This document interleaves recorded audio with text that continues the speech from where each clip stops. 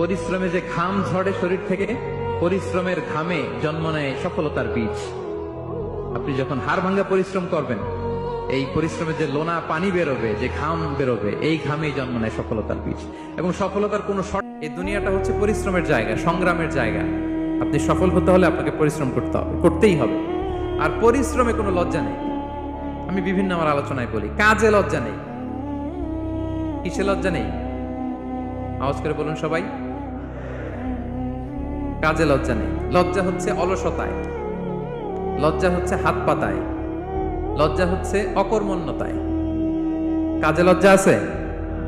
লজ্জা কিসে বলেন সবাই? লজ্জা হচ্ছে অলসতায়, অকর্মণ্যতায়। যারা কাজ না করে ফুটানি মারে, ওইটাতে লজ্জা। অনেকে আছে ফুটানি মারে, আছে না নাই?